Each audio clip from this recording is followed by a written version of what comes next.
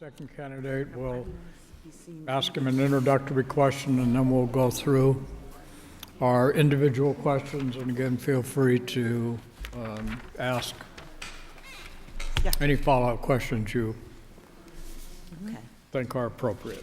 And I mentioned to Mike, I received a question via email, which I actually think was incorporated in some of the conversation with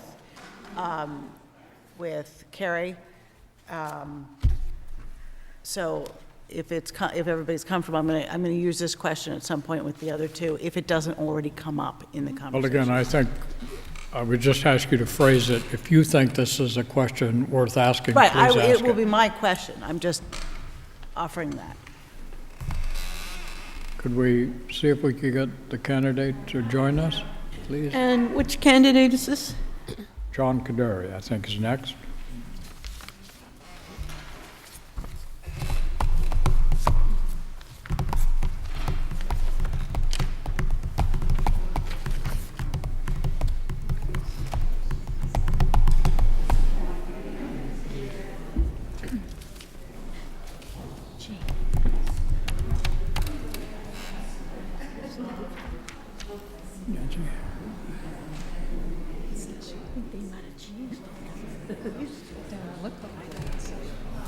I couldn't find it anymore. I think that we changed that before I was.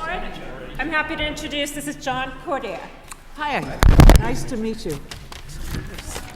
Nice to see you again, John. Hey, John, how are you?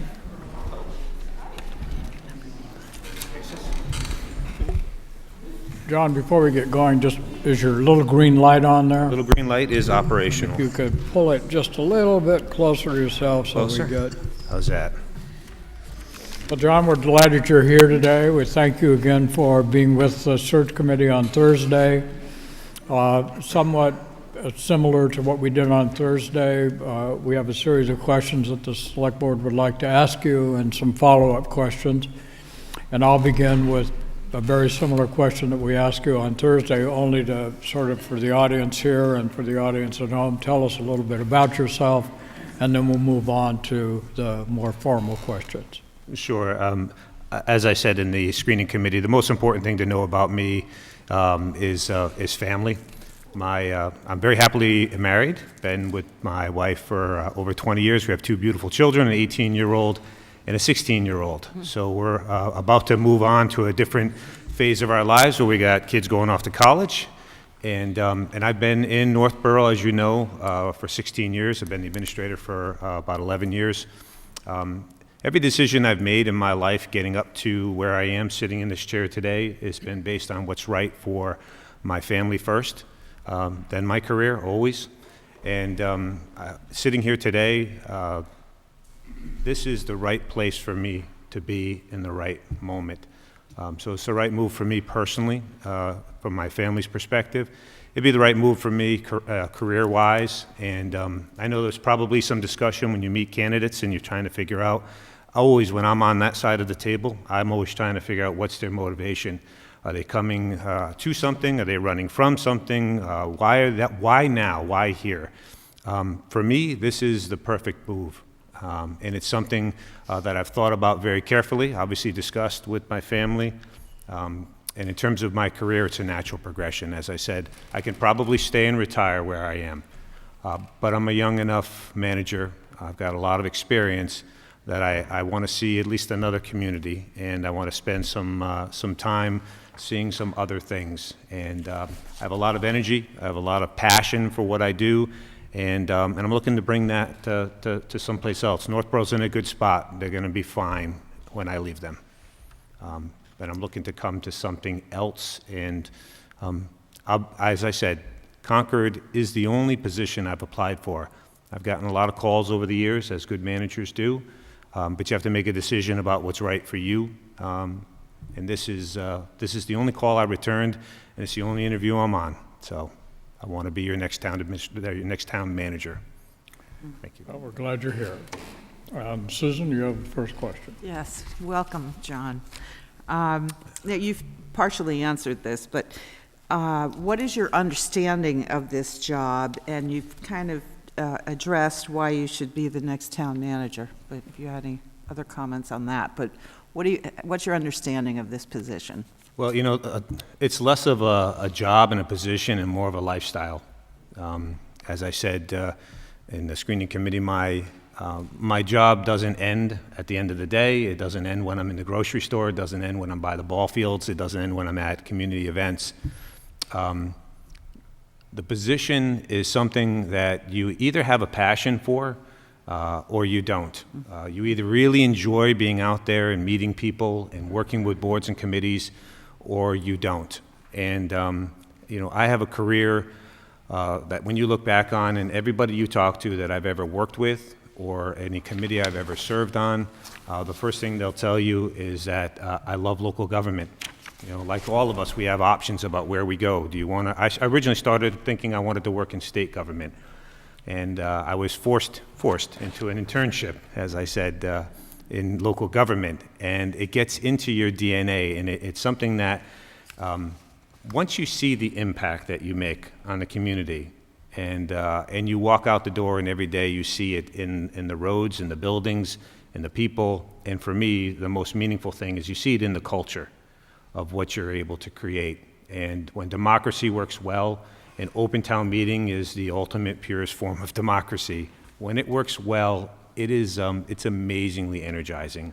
When people can get together and figure out 15, 18,000 people get in the same direction, moving in the same, making choices for the community that come out of a process where people feel like it made sense, it was good, and we're moving as a community in the right direction. That's the stuff that gets me energized. So, Thank you. thank you. So I'll follow up by asking you, if you can, to contrast the town administrator and town manager. How are the roles different? Oh, that's a great question. So, titles are one thing. In practicality, what the duties really are completely different. So Northborough has an open meeting town administrator form of government with a board of selectmen. So when you look at the charter, and that's really the operating factor here, you need to look at the charter. It's really a strong manager form of government. So it's an executive budget process. So I'm responsible in Northborough for putting the budget together, the capital plan. I'm responsible for the hiring and the firing and the supervision of all the staff. I'm responsible for a limited number of board appointments similar to Concord. I think if you were to match the two up, you would find that it's basically almost exactly the same. I sign the warrants. I have the authority to sign all contracts. I negotiate all contracts, handle all collective bargaining. I handle all contracts with any external entities, hiring of architects, OPMs, contracts, all of that. So the title's different, but if you look at the actual responsibilities, they line up almost perfectly. I have another follow-up. You explained why this is a good thing for your career and for your family, and that's really important, but what is it about Concord that makes this attractive to you? Well, I guess I'll give you the same speech I give when I talk to people about economic development. I'm trying to convince somebody to come to the town of Northborough and why we're good. And I'll try to tell you why I look at you in the town of Concord in the same light. You think of it like a partnership or a marriage. What are you looking for? You're looking for somebody who is fiscally stable, somebody who is mentally or politically, in this case, as an entity, stable, and then last but not least, somebody that's easy on the eyes. Concord, as you know, is the package. No, you're politically stable, you're financially stable, and you know what a beautiful community you are. And so those are the things that managers are looking for. On the other side of the table, as you're looking at me, I would think that you want somebody who has the technical background and expertise, has enough experience to handle the nuts and bolts. But then you're looking for somebody who has the energy and the personality to be the kind of representative of your community that you're looking for. You can pay people to do jobs. You can't pay them to care or to be passionate about what they do. If I were you, I'd be looking at this table saying, is this somebody who's passionate about local government?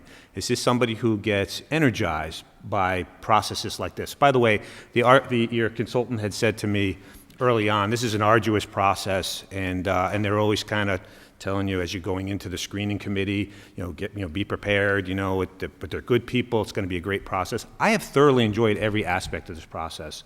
I am enjoying being at the table here today, meeting you, and I will enjoy meeting the rest of the community and all aspects of what you do here, because that's what energizes me. That's why I'm in local government. Well, it's still early. Fair enough. Fair enough. Trying to talk me out of something? Just a joke, of course. But Thank you very much. Is there any That's it. follow-up Sure. questions? Linda, I was just going to say that was a perfect segue to move on if we're ready to. I don't know. please.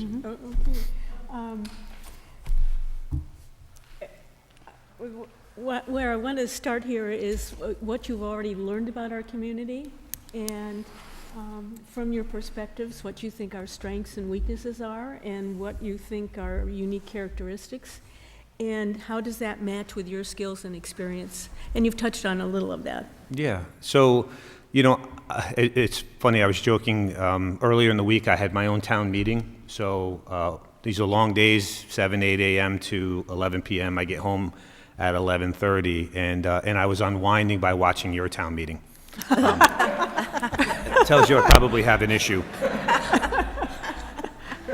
I was fascinated. I've watched a lot of your selectmen meetings. I've watched all of your search committee meetings in terms of what are you looking for in a town administrator. And then I spent a lot of time just watching general meetings and reading your documents, because I'm trying to get a feel of the culture to see if it's a good match for me. And it's a match for what I want to do and how I want to spend my time and as an administrator. So your assets are, obviously, you have a lot of natural resources and a lot of financial resources in terms of your stable community financially. But you also have 66 boards and committees that are very heavily involved. And that's daunting as a town administrator. We have 30 some odd truly active committees in Northborough. But you have a very active citizenry, and they expect a seat at the table, and they expect to be listened to. But when you think about this, the whole point of this process, the whole point of this form of government is to make that work. And I'll tell you one thing that impresses me about every meeting that I watched of your community, and that was the civility and the respect and the thoughtfulness that went into the comments. You didn't always agree, and that's naturally going to be the case. And I'm sure there are more disagreements that maybe don't make it on camera. But in terms of the process that you have, people were very thoughtful. And the comments that were made at these meetings that I watched tell me that people care about their community. And frankly, one of the things that you need when you go in as a manager is you want people to care about your community, because fundamentally that's what you're here to serve. And so I see a lot of opportunity here. I see a lot of work here. But it's a type of work that matches up my skill set. Let me just step back. In terms of my skills, nuts and bolts, I've spent part of my career as an HR director. I spent part of my career very heavily involved in finance. I've got a lot of economic development experience as well. But when you ask me, what do you really enjoy? What I enjoy is working with boards and committees. What I enjoy is getting out and meeting the community. And I get myself out in front of as many groups as I can for two reasons. One, I like to talk about the great things that are happening. But the other thing is I like to get unfiltered feedback from folks about what's working from their perspective and what isn't. And I can tell from this community, people are not shy about giving their feedback about what's working and what's not working, which is good. In terms of what are you facing in terms of issues? So I know you have a number of initiatives. I've read your Envision master plan, but you're facing the same things that many communities are. You're primarily a residential community, 95%. You're getting a whopping 4.4% in state aid, which is really helpful to you, I'm sure. And so the tax burden, and trying to manage the tax burden with the level of services that people want, and striking that balance, and explaining why you're doing what you're doing, or why you can't, or you aren't doing something else. It's about information and process for me always, and you guys, from everything I've seen, the process here is excellent, the information is excellent, and just that whole concept of how things get done is why I went into this business, and Concord does it very well. And last but not least, it's a beautiful community. What do you want to do? I want to work in a community that I want to be proud of, and this is a community that you can't help but walk through and just feel the sense of history and feel the pride in everything that you look at and you see and you do. And I think I told the story. My wife is a history teacher, and so we've come out here. We have family that moved here not too long ago, about a year or so ago. I pointed out they were retirees, so there's no school children coming, so you can relax on that front. So they're exactly who you want moving in. So, but we spent time in the community. This is before this job opened. This is before I was interested at all or even knew anything about it. But we walked the community, and they were explaining why they came here and what they love about the community. And then I think I told the search committee, my wife welled up. We're standing on the North Bridge, and she's going through the history of it. I'm a New Englander. I'm a Yankee, and you cannot come to this community and not feel a sense of pride in the history and the sense of stewardship for maintaining that. And that's exciting, and that's just something that excites me. So I have a follow-up question. You already referenced you're quite aware of the level of engagement of our town citizens, some of which are engaged, obviously, through our boards and our governance structure, some of which are very engaged outside of that structure. I'm curious about how you seek, and you've also indicated your own interest and passion about getting out and getting unfiltered feedback.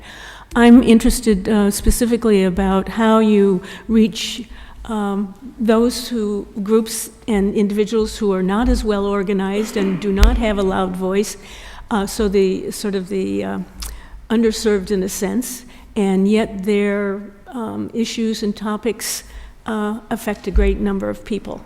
How do you get to them? And the other part that I'm interested in is, as typically, and I'm sure you're well versed in this, town managers receive undue pressure, obvious pressure, from groups and individuals sometimes, and how do you handle that? Okay, so the first part of the question is just how do I reach underserved or underrepresented groups, and it's really just about getting yourself infused in the community, being involved. If I were selected here, one of your concerns has to be, how is he going to get involved if he doesn't necessarily live here, or how am I going to get out there? There are, it's funny, I drove through this morning, you have an event going on in the downtown right now, Those are the things I'm drawn to. I want to go to, I want to talk to the folks, what are you doing here? Tell me what's happening. But I make a point in my current role, I get out as often as I can to groups, and not just groups that are organized to accomplish some political agenda. In the last couple of weeks, just a couple of examples, I met with students at my high school, and we taped a local access program on leadership. And let me tell you, those kids ask better questions, I think, than a lot of the adults, and it's fascinating to see what their perspective is. But you meet with the Garden Club, Legal Women Voters. You get out there. I met recently with, this is not my title, but it's the Dull Men's Group, and they're anything but dull. Apparently, it's a group in England. It started, or a club that met in England, came over. That's their name. They're anything but dull. But they're not politically active. In fact, their basic charter is that no politics, no religion to be discussed. But they invite me in, and they just have questions about what's happening in the town. And I love having those discussions because I'm very confident about what we've done, why we did it, and And so the idea is you have to seek out the opportunities, I guess is the short answer, to meet with these types of groups and to make yourself available in the community. Some of the best feedback I get is standing on the sidelines of a high school baseball game. You have to be available.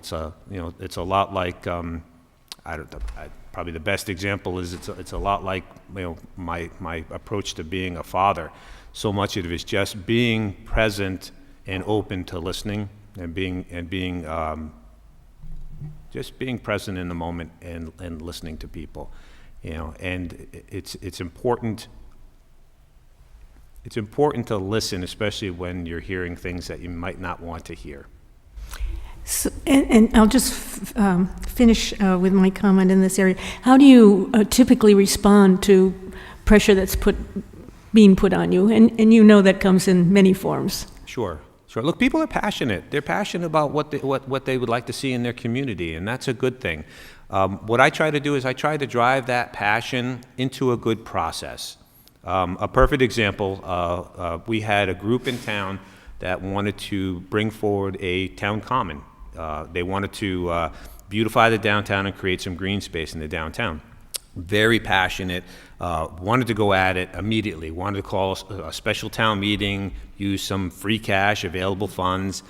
And so I had to take the time to explain to them that, listen, the concept is good, and I think it will have traction, but you need to go through the right process, and you need to build consensus, because ultimately, you want to come out the other side of whatever public policy decision you're making. You want to come out the other side where people feel like the information was good and the process was good, whether or not they were on the winning side of that vote, because they may go away and say, well, it didn't break my way this time. But they aren't walking away saying that was a terrible process and angry that something was done quickly or without good information and good process. And when those people are angry, they come back and they run for the Board of Selectmen and they try to get on that, and usually to get rid of the town administrator, because he or she allowed this to happen.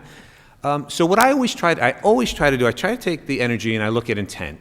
People, if their intent is to improve something or to do something they believe in their mind and their hearts is positive for the community, you drive it to a process so that it gets vetted, so the information is good and that people get a chance to be heard. And if you do that, and that's really the fundamental thing that we do as a select board and as administration, is to bring this energy into a process where it's going to come out the other side. Because here's what happens. You may be passionate about something and you may have a position on something. Another issue we're dealing with in Northborough right now is all-day free kindergarten. We don't have it. The next door towns have it. This is something we're moving towards. So same thing, the group puts pressure. We want it now. We have resources. I have levy capacity, just like you have, right? I have $2.9 million in levy capacity. So I have seemingly the resources to implement what they would like me to do right now. But we take the time to explain all the other constraints, and we come to a compromise to phase it in. And so now people walk away thinking, okay, we didn't get everything we wanted, but we were clearly listened to, and we're making progress towards something that we want. And if you can do that, then you're going to be successful in your endeavors in local government. But people come all the time and they want things, and you have to listen first. But there has to be a method and a process to explain the constraints. Because here's the magic that happens at town meeting. And I saw it in your town meeting, and I saw it as recently as mine earlier in the week. And that is, people come with a set thing in their minds and that they want, that they're passionate about. And somebody else stands up and, not in a confrontational way, explains a different perspective.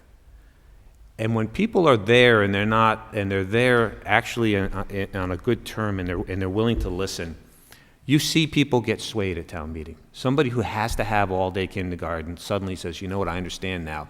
This process makes sense to me. Or somebody who wants that beautification project today, right now with a special town meeting, says, I understand if I go through the CPC and I go through the open space and I go through the finance boards and committees and I garner all of their support.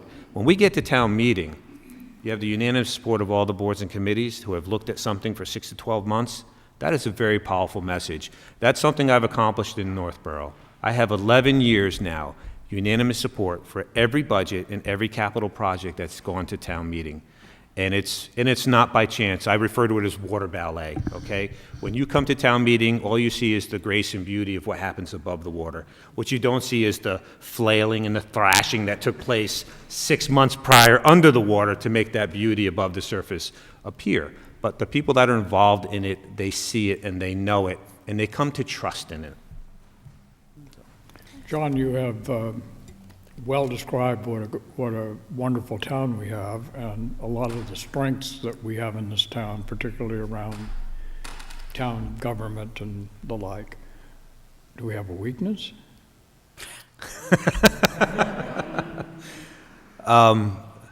Listen, I watched all of your meetings about your ideal town administrator, okay? That person wears a cape and walks across water, okay? I'm not that person, but I am the person that I think would best serve your community, truly. In terms of me looking the other way, no, you're not perfect. Nobody's perfect. But you have all the raw materials and you have all of the foundation that's there to deal with the issues and the trials that inevitably will come and face you. And if you have a culture of people working together and a culture of people supporting the process, then you'll find a way to make it through whatever difficulty you're facing. I think probably the hardest thing that you're facing, that all communities are facing right now, is particularly ones that are heavily residentially based, is how do you maintain your sustainability and affordability for your residents? And that's not an easy question. And, there are a clear group of folks in this town that can afford whatever tax increases you would need to do whatever it is you'd like to do. And then there inevitably is another group that's going to find that difficult. And trying to find that balance and strike that sustainability in a way that supports everybody across that spectrum, I think is going to be very challenging for you. And I think, based on what I've seen, it has been challenging today. But as I look forward, I don't see, we're coming out of the longest economic growth cycle, right, in recent history, right? Well, I don't know about you, but my state aid went up 1% this year. And on a big year, it went up 1.5%. So you're not seeing help at the state level.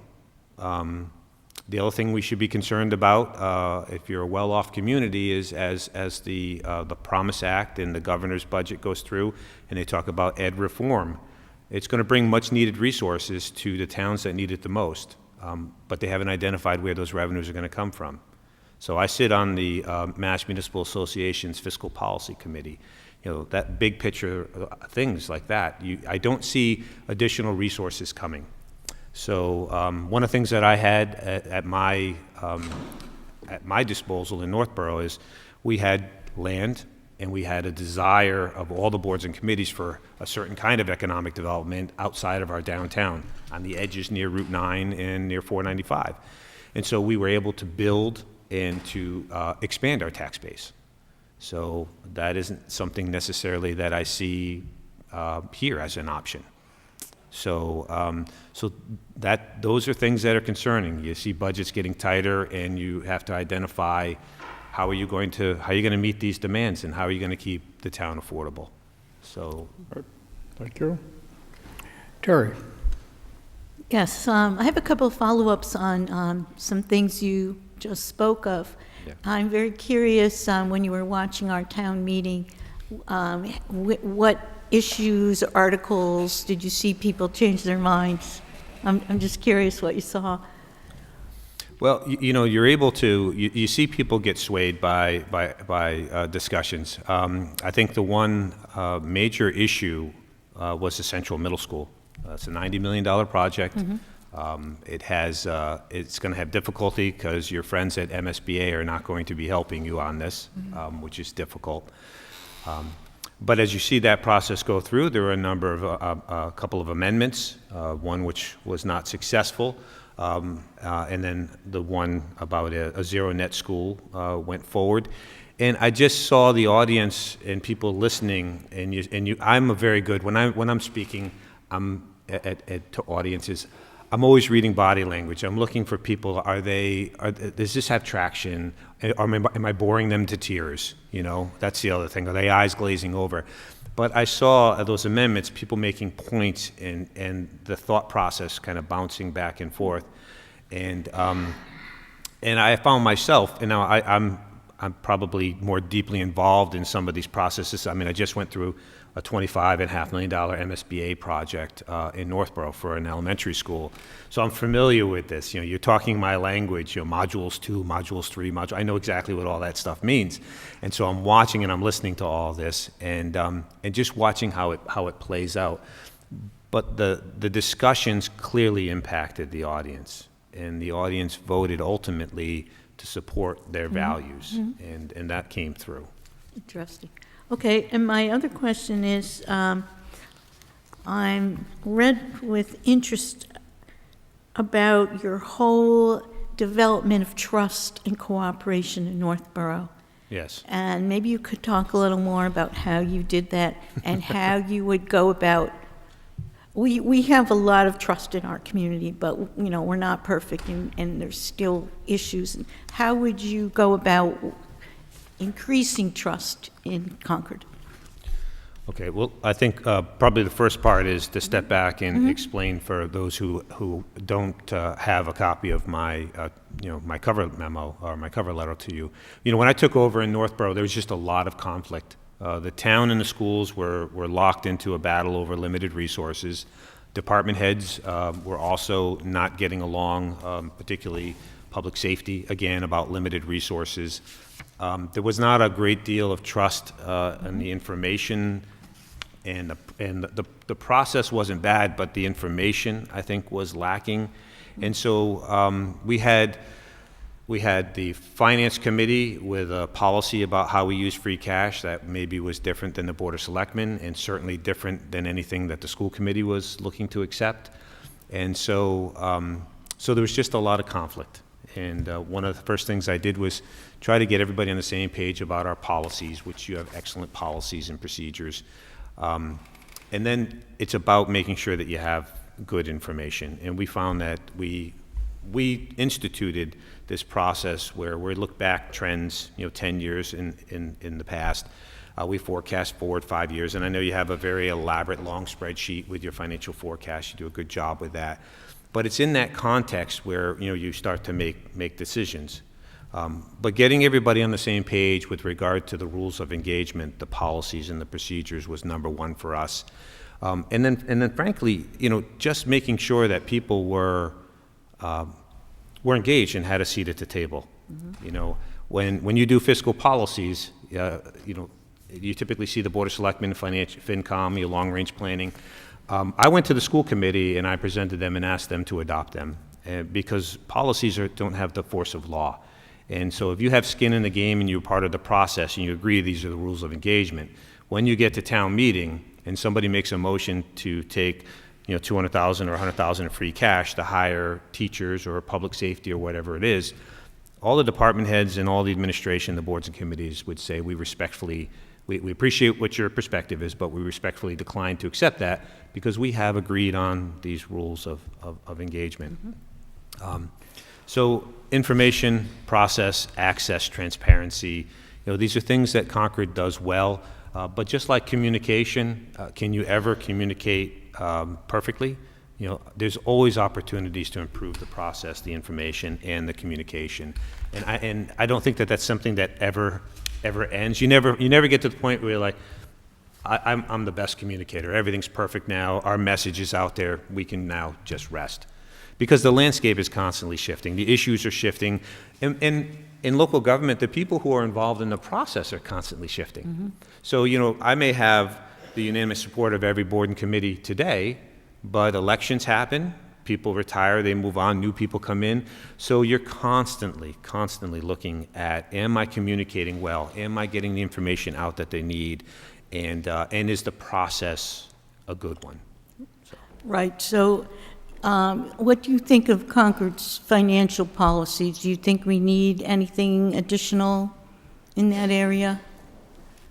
Well, policies policies are a living document, in my opinion. So in Northborough, we review them annually. And you review them to see if they're still serving you, because things change.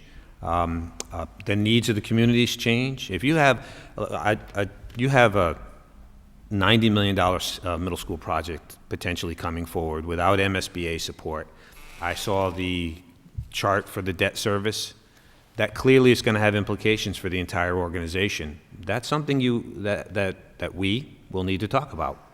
That's something that people will need to understand the implications of the decisions and the opportunity costs that come with those. And when you get that information and you figure out what the implications are, you now have to communicate it to people. And then you have to be willing and able to listen to their feedback and then maneuver accordingly. So again, there's no magic bullet here. I'm not telling you folks anything that you don't already know or you haven't seen in your time on these boards and committees. It's information, process, it's communication, and it doesn't end. You never say, we're done, we're good here, we can rest. You're constantly doing that because the landscape and the people coming and going in the process will always be changing. Okay, thank you. To follow on that theme, the select board comes and goes. The other boards and committees come and go, as you've just acknowledged. As town manager, you would be, ideally, you'd remain stable and present. I know you mentioned it in your documents, one point that you had a disagreement with the select board. Yes. In Northborough. I'm not necessarily trying to focus on that particular incident, but as a strong town manager, there is certainly the potential for you to have your own agenda, your own goals. As, again, select boards come and go, there's a dance. Yes. How do you manage, how would you see yourself managing your process in a changing landscape? So first of all, I hope, and you will, call the people that I work with. You'll talk to not only the current superintendent, but the retired superintendent, and I hope you talk to the assistant that's about to be the new superintendent. Talk to the current board chair, the past board chair, and go through all the boards and committees. You can talk to the current Chamber of Commerce director and talk to the retired Chamber of Commerce. What you're going to find is the consistency with which I approach relationships, because ultimately what we're talking about here is the ability to establish and maintain positive working relationships with people, and people who may vary greatly from your perspective and your background and your understanding of the issues. And so what you have to do, again, it starts with listening and bringing them into the process. So, you know, as the boards and committees change and they shift, and as my knowledge of the community grows and my understanding of where it is, I think we would all like to go as a group. And again, it's not about me, it's about where it is that we want to go as a group. As that evolves, it's about educating people, bringing them up to speed. Somebody new on the finance committee who comes in might be very, very qualified in the private sector, have an excellent resume and a lot of experience, but not understand fund accounting, not understand, you know, the state aid process or how Chapter 70 works. And so the education is important. But I think the thing that separates me from some other folks maybe is I'm not closed. Okay, what energizes me is new things, learning, and being open to talking to people coming into the process about what their experiences are and what we can take from their perspective and blend it into this process. Okay, I mean, I go all over the state doing training sessions on best practices in budgeting, financial trend monitoring, capital planning. Okay, these are hard technical skills, but I spend most of the time talking to folks that I'm working with about how to do this in a way that builds a sense of team, that builds a sense of community, and so that when you come out, as I said earlier, on the other side of the process, people feel like it was a good process. And you're either energized by working with people and listening to people and blending that, or, you know, again, Maybe if I were 20 more years or 15 more years down the road, I wouldn't be quite so open to that. But I spent last Thursday standing in front of an 1800s mansion in the town of Northborough that we made the decision to buy to preserve a huge piece of our cultural history, right? We don't know what we're going to do with it, but we had the decision to buy it or lose it forever. And I was standing there, and we'd just done the walkthrough with contractors who are going to put a new roof and secure the building envelope. But I sat there for 45 minutes to an hour listening to an architect on that committee, on the White Cliffs committee, talking about the shingle-style architecture and what he thought was good about the building and what he thought was lacking and what he thought was worth preserving. I find that interesting. You know, I come to the job and every problem and complexity with a curiosity. And I think if you do that, then you're genuinely interested in hearing about these things. I could have just said, I'm the town administrator. I'm worried about the bid and the low bids and prevailing wages, getting it done within the budget, which I am. But I'm also interested in really the end game here. What are we going to do? What's the point of this? And learning about these types of things. And again, that flows through everything that I do. Terry, I think your question is next. Oh, yes, of course. Okay. So, John, what are the 3 most important qualities that you seek when you're hiring a town employee, and how do you ensure that the applicant has these qualities? That's a great question. So when I'm sitting on the other side of the table and I'm meeting somebody, the 3 legs of the stool that I look for is I'm trying to figure out what's their motivation. Why are they coming here? Are they coming for the money? Are they coming to get away from a bad situation? Are they coming because this is a good move for them career-wise? So that motivation is something that I'm always trying to tease out. The other thing is I look at capacity. You know, I'll take a chance on somebody who maybe doesn't have all the experience that I'd love to have in a certain position. Right now I'm hiring a treasurer collector. It's a very tough market for finance people, as I'm sure you know. It's a tough market to find building inspectors in a number of positions. So I look for people that have the capacity to learn and get up to speed on something that they don't have, okay, something they haven't experienced. So a perfect example, and I'll be honest with you, I've worked with water enterprise, sewer enterprise, solid waste enterprise. I don't have experience with a light plant, but I have basic understanding of how enterprise works, rate settings, regulatory frameworks. These are things that you get up to speed on and you learn and you understand. So the person has to have the capacity to grow into any aspect of the job from a technical standpoint that they don't have. And then the third leg of the stool that I look at very, very critically, and I think it drives at your point here, is I look at, are they going to add to the culture that I've spent the last 10 years creating, or are they going to detract from that? I spent my time as the administrator improving relationships, improving communication, so that we don't create hard feelings, we don't create hard winners and losers, that we have a collaborative process to deal with very difficult issues. To go back to my example, so that when we are out to the community, it's water ballet. It looks easy. If you're doing this well, it looks easy, but it's not. But when you look at that culture, frankly, I'm looking for somebody, are you happy? Do you enjoy what you're doing? Because you can pay people to do a job, and they'll do it. And the more you pay them, the different kinds of people you'll draw to that job. But you can't pay them to be passionate about what they do, and you sure can't pay them to care. I said earlier that I met with a bunch of school kids in a leadership class, and the example I used is your teachers. Those kids know the teachers that are there who are passionate about teaching and care about the kids, and they know the teachers, hopefully a very small amount of them, that are kind of going through the paces or maybe are burnt out and need to, would be best served to move on.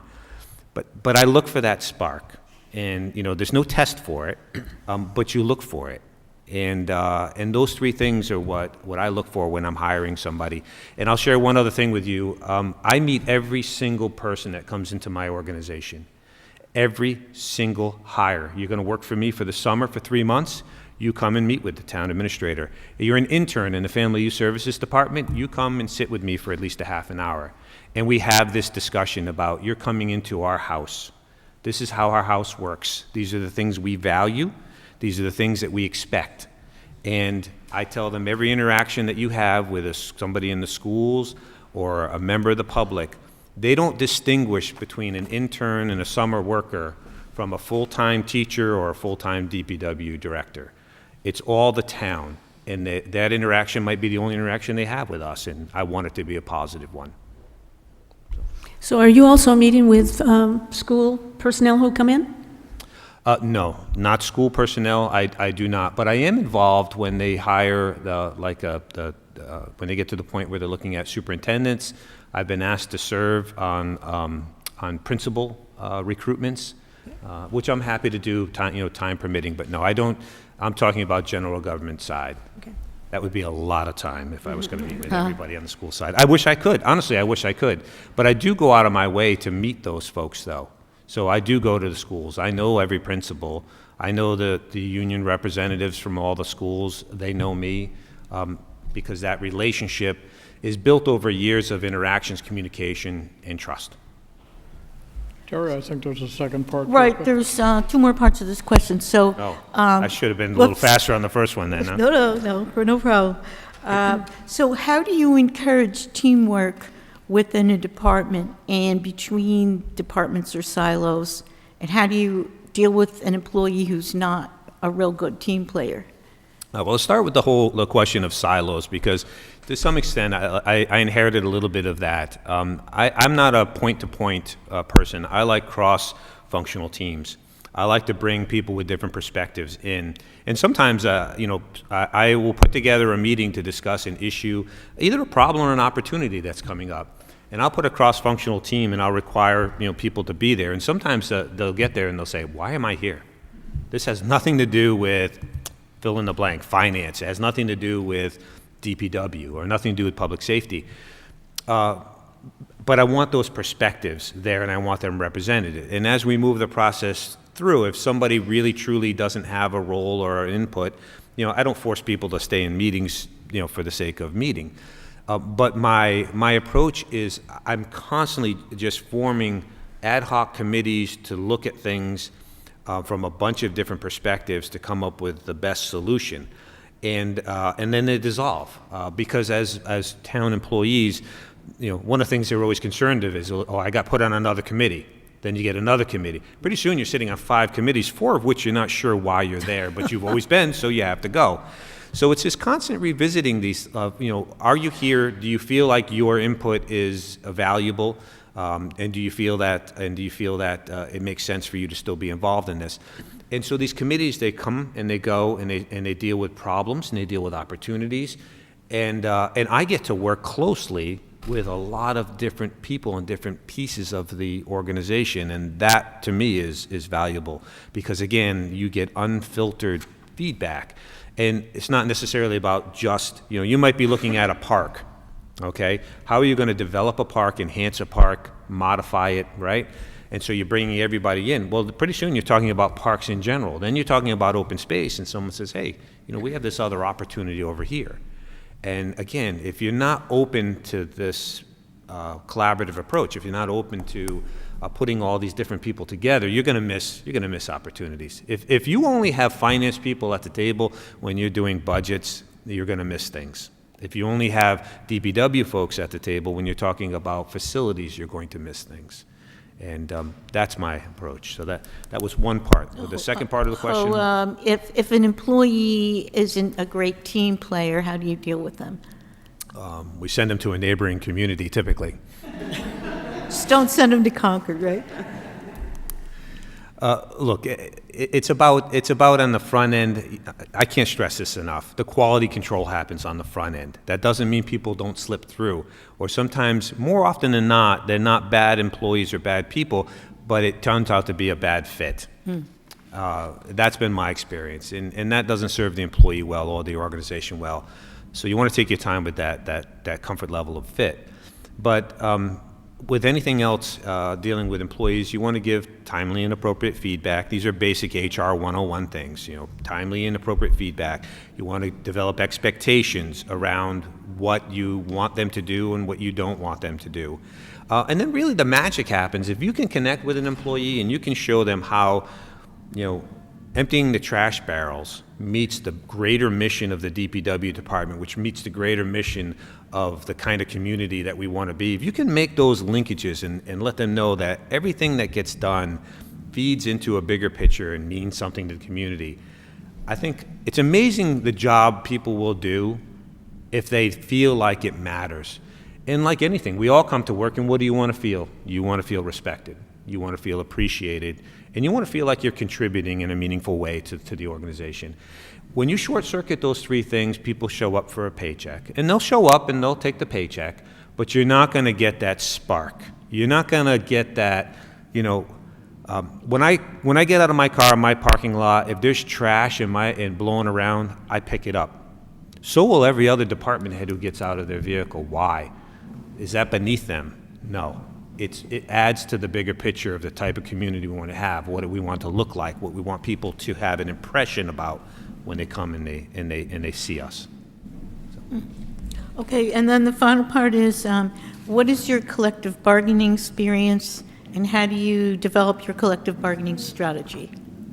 So I handle all collective bargaining in Northborough. And I've done that. I've been through 3 or 4 contract cycles. We have 5 standing unions. I will also share with you that for the last 3 years consecutively, despite the fact that no unions were in full table negotiations, I have engaged and negotiated health insurance and plan design changes with all the unions, including the schools, so the teachers as well. And I've been able to get everybody to the table and negotiate these items that are very personal to people and very important to them. Health insurance, few things will strike an individual employee like talking about their health insurance. I have an 11-year average of our health insurance budget going up 3.15%. But I spent 3 years consecutively when those rate increases come in and they're high, negotiating with all these unions. And I have to tell you, they don't have to be at the table. They could have just as easily said, thank you, but no thank you. But they come to the table, we negotiate in good faith, we made plan design changes. Most recently, we did a plan consolidation to one carrier. My rate increase this year is a 0%, so the employees got a 0, and the town got a 0% increase in health insurance. Now, I use that as an example because that's a situation where they don't even have to be at the table. So how do I get them to the table, and how do I get them to agree to do something that from the outside might look to not be in their self-interest? And the way I do it, and my approach to labor negotiations in general is, again, you're going to hear this mantra repeated again and again, is information and process. On the information side, when I sit down with the unions, I'm not creating documents specifically for purposes of that negotiation. I'm using the documents that we've created when we do a State of the Union address with all the boards and committees. I hear the group in the downtown playing drums. Is everybody, I can see everybody's eyes squinting going, I hope this isn't too distracting. We're being visited by our Earth Day parade, I think. Wonderful, wonderful. I'm going to stop by on that on the way out then. But the yeah, see, I don't know, I'm hearing music, so it must be going well. So, but the information, the process, I'm not creating things specifically for this particular issue. We're doing a good job of laying the groundwork out for everybody of where we stand as an organization, what we can afford, what are our levels of debt, what are the reserves we have agreed on, how are we going to use our free cash, what increases budgetarily can we support and sustain. Now we do this, I bring all the boards and committees, all the policy boards and committees together in one meeting every year. Now few managers would do that because A, they generally don't get along, and B, if you get them all together and they figure out on the different committees they're unhappy, sooner or later they're going to figure out it's the manager they're unhappy with. So, but I bring them all together in this great process where they get to ask questions and everybody gets to see the information and they get to hear each other's questions. And the point of it is to set the table so when you come out the other side, we're clear about what we can afford. We're clear about how much debt we're going to take on. We're clear about how much we're going to put into our stabilization fund and reserves. And that context is is where the budgets for the school department and the general government get developed. But it's also the context where the collective bargaining agreements get negotiated. And so when the unions understand that if I get a 15% increase in my health insurance because something crazy has happened, it could be in the market or it could just be the human condition. We've got a number of really high claims and our loss ratios are over 100% and we're going to get hit. Well, any one of us can be in that statistic. So as a community, how are we going to work through this? And again, I've been successful in doing that for 10, 11 years now, and negotiating things that they don't have to negotiate with me. The only way that works is that information is there, the process is there, but there's also trust and there's respect. I trust the employees, I respect the employees, and they trust and they respect me. When I tell them I need something to get a balanced budget, they know that it's not a ploy for me to extract something out of them. We're in it together. If I could just follow up on that briefly, what has been the most challenging issue you've dealt with in terms of negotiations? Hands down, it's been health insurance. For us, a 3.5% increase on my budget for general government is $757,000. Yep. If health insurance goes up 10%, that's $560,000 of that. It leaves nothing for anything else. It crowds out everything. And I'm sorry, I didn't mean to interrupt you. I was ready to launch into. Go right ahead. I apologize. I'm going to save you your a little bit of your energy there and move to what's been the most contentious negotiation you've had to deal with? Labor, in terms of labor negotiations. Mm-hmm. Again, I don't mean to keep going to the same well, but it's been health insurance. Okay. I can't think of anything more personal to employee wages, health insurance, but I also can't think of anything budgetarily that has the impact that health insurance does. 1 year, if your health insurance goes crazy for 1 year because of some federal policy has changed, or because your loss ratios have just something's happened in your group, it throws everything out of whack. And so you have to circle the wagons around and deal with the most important things first.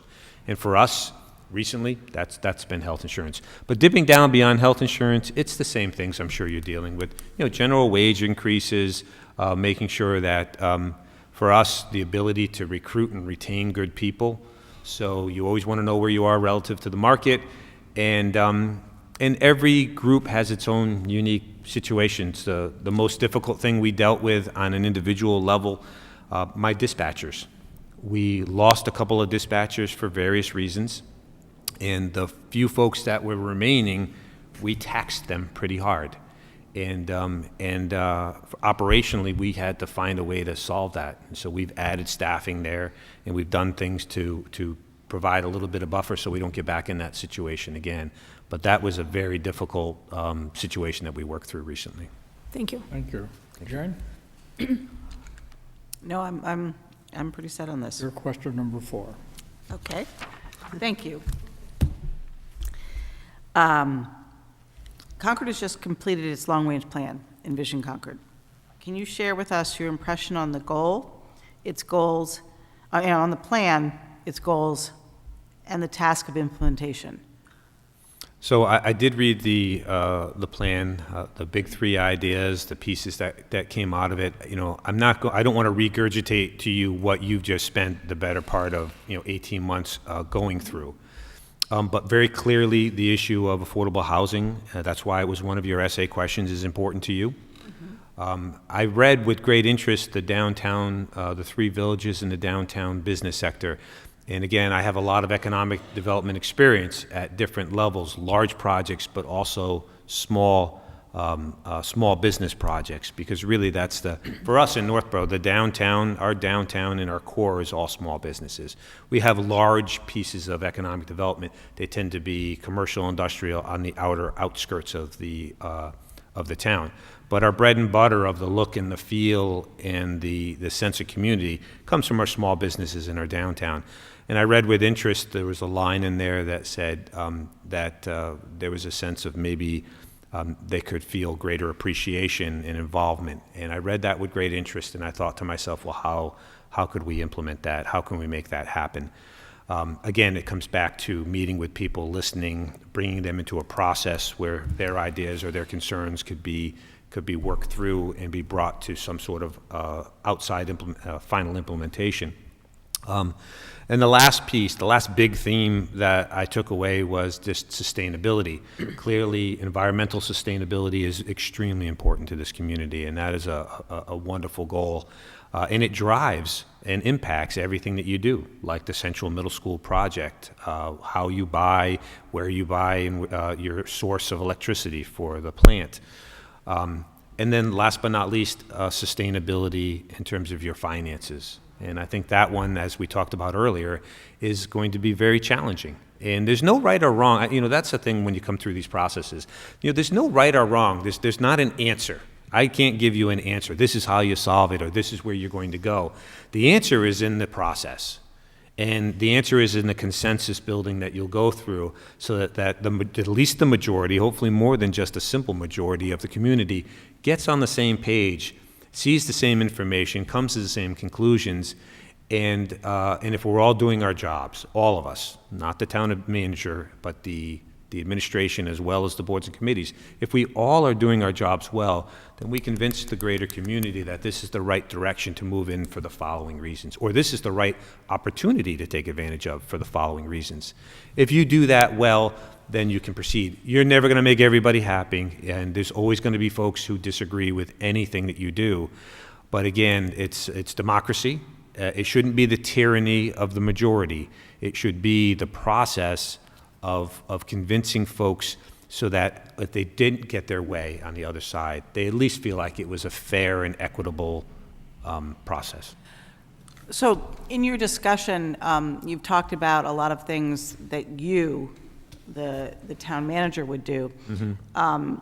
One of the themes of Envision Concord was a more horizontal approach. How does that factor in to something that you're leading? How do you see that being? Well, listen, I always enter the room assuming I'm not the smartest person in the room. Mm-hmm. And if you think you're the smartest person in the room, then chances are you're not.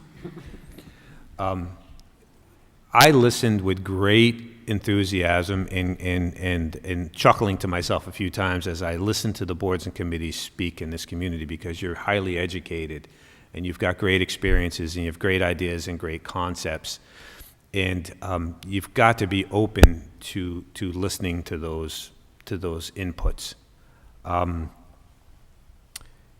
I have my thoughts about the direction I would do, how I would do things. I think the most important thing to know about me in terms of my management style, we talked with the committee, I'm very situational. I will move my style of interacting with people or organizations based on the situation. But first and foremost, I'm not the smartest person in the room. I always assume that, which means I want to hear what everybody else has to say, which means I'm always, that horizontal, this systems approach that you discuss, that's what we do. That's, I think, by nature, my default, is I want more people at the table, more input. Ultimately, a decision will need to be made, and sometimes that decision will fall to me, sometimes it will fall to the board. I'm very comfortable making decisions. I'm not an indecisive person. I am very heavily data-driven. I love data, but data doesn't tell the whole story. The quantitative piece is important, but if you miss it at the expense of the qualitative, then you don't have the whole picture. But at some point you get along any process and you're going to have to make a decision, and you're going to have to follow your gut. And your gut is based on your years of experience and everything that makes you who you are and what you've done to that point in your life. I'm very comfortable with my gut, but I don't just lead with my gut. I don't lead with the data, and I don't lead with whatever the winds are blowing, whoever yells the loudest. It's about that horizontal and collaborative approach of getting all those inputs. Again, the goal is to come out the other side with broad support for what you're trying to accomplish. I hope that answered. So I have a follow-up to that. you're talking about fiscal sustainability and how we need broad support. What process would you use in Concord to define what we think of as fiscal sustainability and how we're going to get there? Well, you have a lot of good information. I would want an opportunity to, as I said, drink from that fire hose of information that's available now.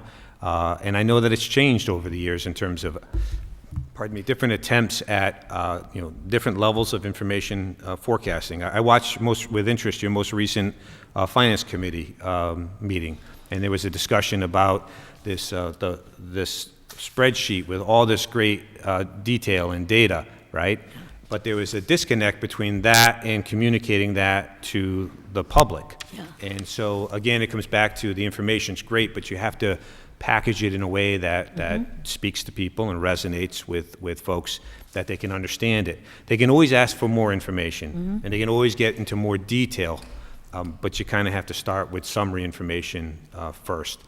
So there are national best practices. I know Concord follows many of them, but there are national best practices for looking at trends, doing trend analysis, and to not just forecasting, and again, the data is all important. This stuff is very important, but bringing it together in a way that's user-friendly, and there are different levels. It has to be user-friendly for the boards and committees who have more time to delve into it. Then it has to be user-friendly for the community at large. I look forward to the opportunity of working through that thought process of what information we have now, how can we make it better? In some instances, how can we simplify it or summarize it so that people can be at the table and participate? One of the goals that we have at town meeting is, if you read the front part of our budget, the budget message, the revenue and expenditure summary, you have 90% of what you need to know to come and participate actively at our town meeting. You don't need to read 400 pages. And you have to respect people's time and their background. Somebody can be very, very extremely educated in one area, and maybe finance isn't that area. And so you want to make sure that you're communicating to folks in a way that means something and resonates with them.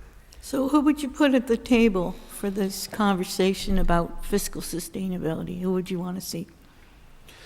First of all, if hired, I would want an opportunity to get my hands around the data and the information first. I probably would have a lot of one-on-one conversations with people who have more experience and detailed knowledge than I do, until I feel like I have a good grasp of the information myself. And then I tend to bring a cross-representational ad hoc committee together. So pretty much everything that I do, there'll be a member or two of the Board of Selectmen, the Finance Committee, our Financial Planning Committee, Long Range, our Appropriations Committee, depending on, again, you bring the people in that makes sense. And so one of the things that we would need to figure out together is, do we do that as a group first, and then do we bring all the boards and committees that they represent together? I tend to move in concentric rings. I start with getting a grasp of the information to the best of my knowledge and ability. Then with my staff, I move out. Then I move out with the key boards and committees, and then we move out to the public. Now, all those steps are important, but I think fundamentally what our jobs are, my job and your job, and the boards and committees, is to look at these questions, these issues or opportunities, to research them and to frame them in a way that we can now have a meaningful public discussion. You can certainly throw this out at an open meeting. You could have said at town meeting, hey, anybody have any ideas about how we come to sustainable financial growth here? And you'll probably have plenty of people with very great ideas, but they'll be all over the place, right? We have to frame that issue, and we have to find a logical way to frame it and package it so that we know what we're going to discuss, but we also know, equally important, where we're not going to spend our time and spin our wheels on. And it's a funnel approach, and you bring it. It's a funnel approach internally, and then it's a reverse funnel as you come back out the other side. So when we meet with the public and we're asking for their thoughts at the appropriate time, we at least have the issue framed up, and we have some sense of what it is that we'd like to get their input on. So I'd like to follow up. I think you've given us a number of a number of answers to various kinds of questions, a pretty clear sense of how you operate. You're Yes. very data-driven, you're very process-oriented, you're driving for consensus. I understand that, and I appreciate it. Going sort of at, Jane focused you on the long-range plan. Yes. And I guess what I would be interested in hearing from you is you looked at that long-range plan and, you talked about the three big ideas. Yep. But as a new town manager, what are the one or two things in that long-range plan that you said to yourself, oh, I can't wait to sort of get on top of that because I'm really interested in that and here's why. So of all the things we've talked about, a lot of conversation appropriately about data and process, but I'd like to have a little bit more of a sense of what kind of issues drive you. All right, so you're going to make me choose between Yeah. the things that I love?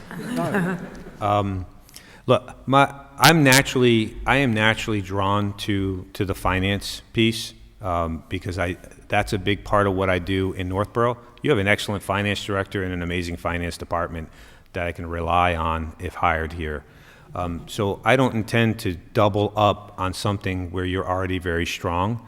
So I will move into where the needs are. I would move, the economic development, the business community, because they have a role in this issue of sustainability.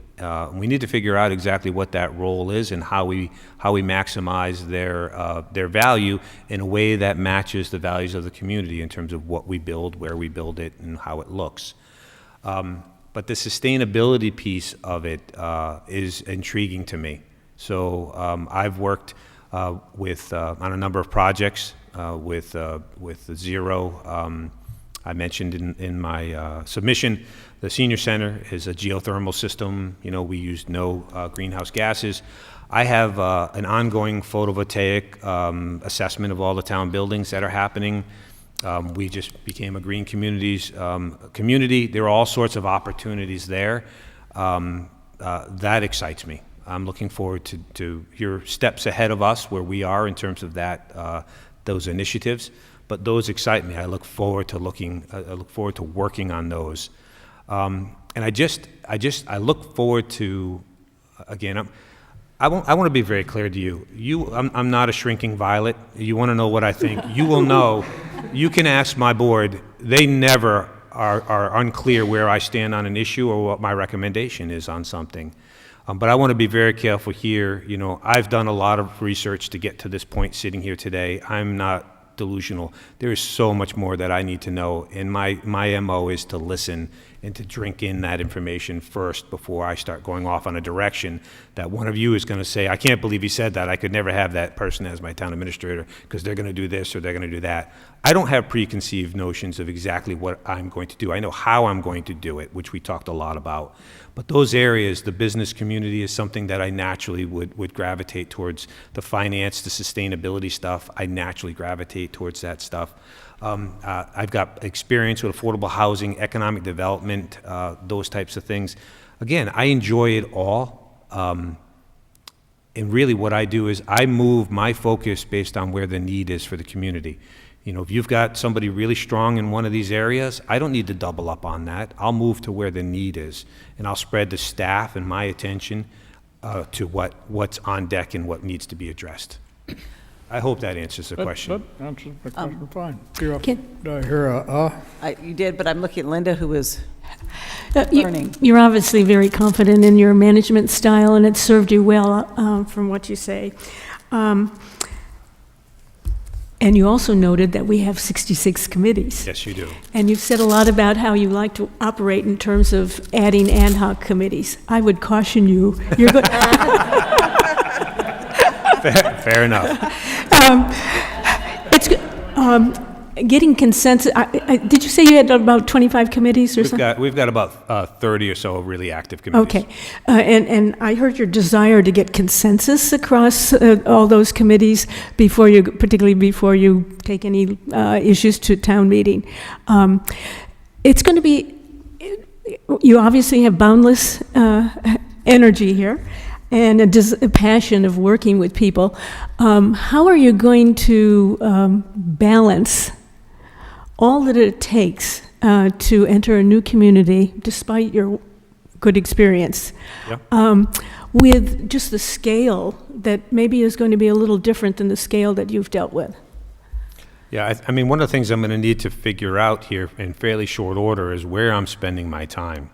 Am I spending my time with boards and committees? How much of my time am I spending with staff? And part of it is figuring out what's working, what's not working, or what could maybe be done differently, and to move those pieces around as I get a better understanding of the organization.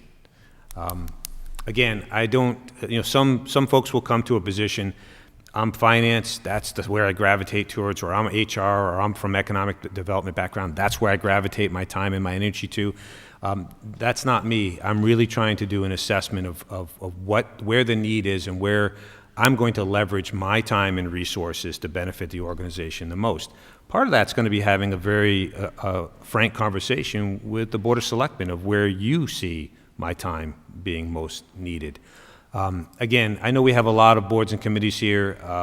You can't always get consensus on everything, but the goal here is to communicate to you that I'm decisive on things when I need to be, but I want to make sure that I'm listening to folks and that there's a good representation of people at the table for whatever initiative or problem might be at the doorstep.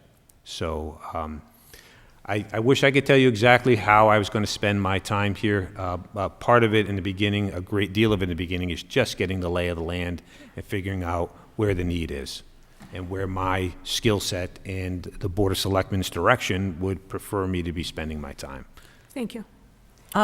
Just following on the some of the themes of Envision Concord, but delving into an area that I haven't heard come up yet, which is Concord's commitment to open space, natural resources, agriculture, and that is also an area that sometimes comes up somewhat unexpectedly. Sure. A gift of land, an opportunity for a purchase, a reallocation of land, and I don't have a sense of your experience with that in Northborough, and it's certainly. You also saw some of discussion of this at our recent town meeting. Yep. And again, it becomes one of those areas that, there are tensions between what opportunity you're going to follow. Yeah. So I do have a lot of experience with that, and oftentimes what happens is, you get a 61A property that comes up, and the town has a very limited time to react, and those are tough. You step into the shoes of a developer oftentimes, and you have to make a decision maybe faster than you would like to, and without all the information or process that you would like to. So we've done that a number of times. The community, we're a CPA community, so we have funding set aside specifically for open space. We move it oftentimes into the conservation fund so they can act outside of the timing of town meeting to acquire parcels that make sense. We have a comprehensive master plan that we're currently, literally right now, updating, and a big component of that is our open space. And trying to link up parcels that make sense for us to acquire. So we have parcels that we currently own, but we also have parcels that we're sort of eyeing in the hopes that at some point when they become available, or to convince the resident to donate or to sell to the town, that we can link these up. But we have we have a very active open space committee. We have a very active trails committee. I mentioned this in the screening committee interview. One of the things to know about me personally is I am an outdoors guy. I hate being inside. I don't know why I chose a desk job, but you'll find me wandering around a lot because I'm not the type of person that sits at my desk. That's not I'm not comfortable there. But in my private, personal time, I hike about 4 miles a day.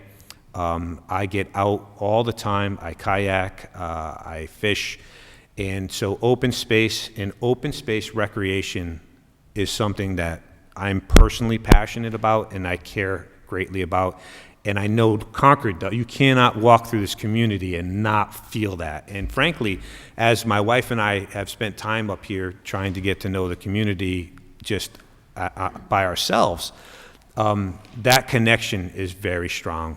And I know that's something that this community values incredibly, as does Northborough. And so we are always on the lookout for parcels, and we haven't failed to obtain the votes necessary to add to our open space in town. We've been very successful in that regard. Thank you. So I have a couple of questions to ask you at the end. You put up with the search committee asking all kinds of questions and what. It was fun. I enjoyed it. This is where you look at, this has been a fun process. I love watching your town meetings. I love interacting with your boards and committees. It's intriguing to me, and it's energizing. Well, I'm glad you feel that way. I feel some ominous feeling about that comment. We'll knock that out of you. You mentioned that many of us think the town manager has a cape and walks on water. I hope you got a cape.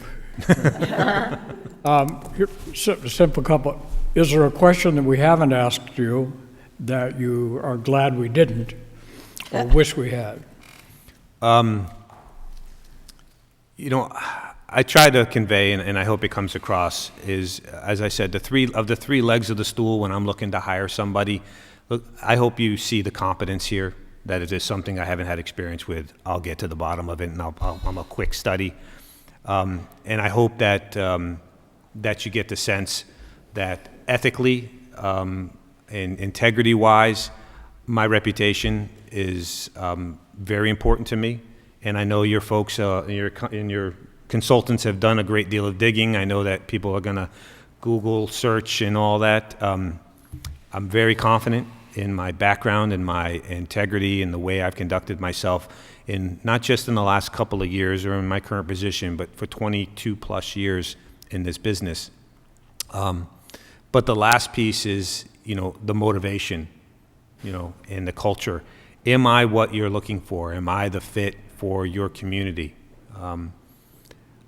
I look across the table and everything that I've seen, it's daunting. There's 66 committees, right? There's all sorts of issues here.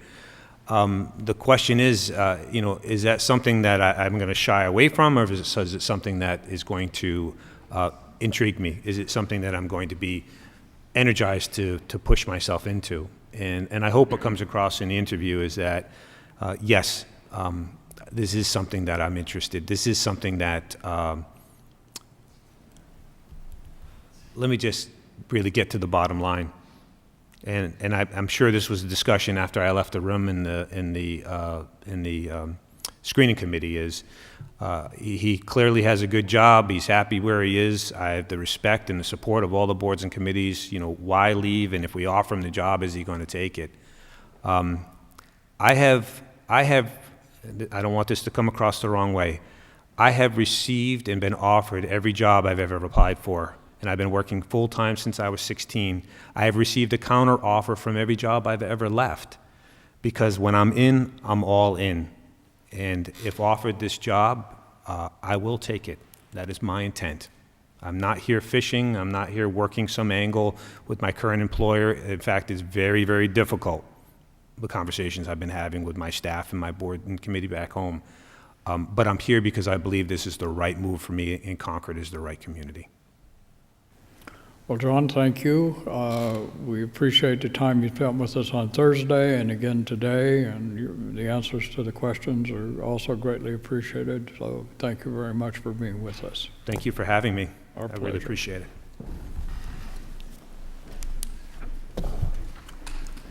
Great to hear from you. Thank you very much. Thank you so much. So it is now 10 minutes of 12. We will adjourn until 12:30, give folks a chance to get a bite to eat. The selectmen are going to eat in the selectmen's room, but if those of you who are here would like to grab, not our lunches, but some of the stuff that we've had out this morning, please run in there and get it, and then we'll go in there, and I will, just as a matter for the record, while we'll be eating lunch together, we'll entertain no conversations about the candidates or the process associated with this activity. So we'll convene back here in the hearing room at 12:30. Thank you very much.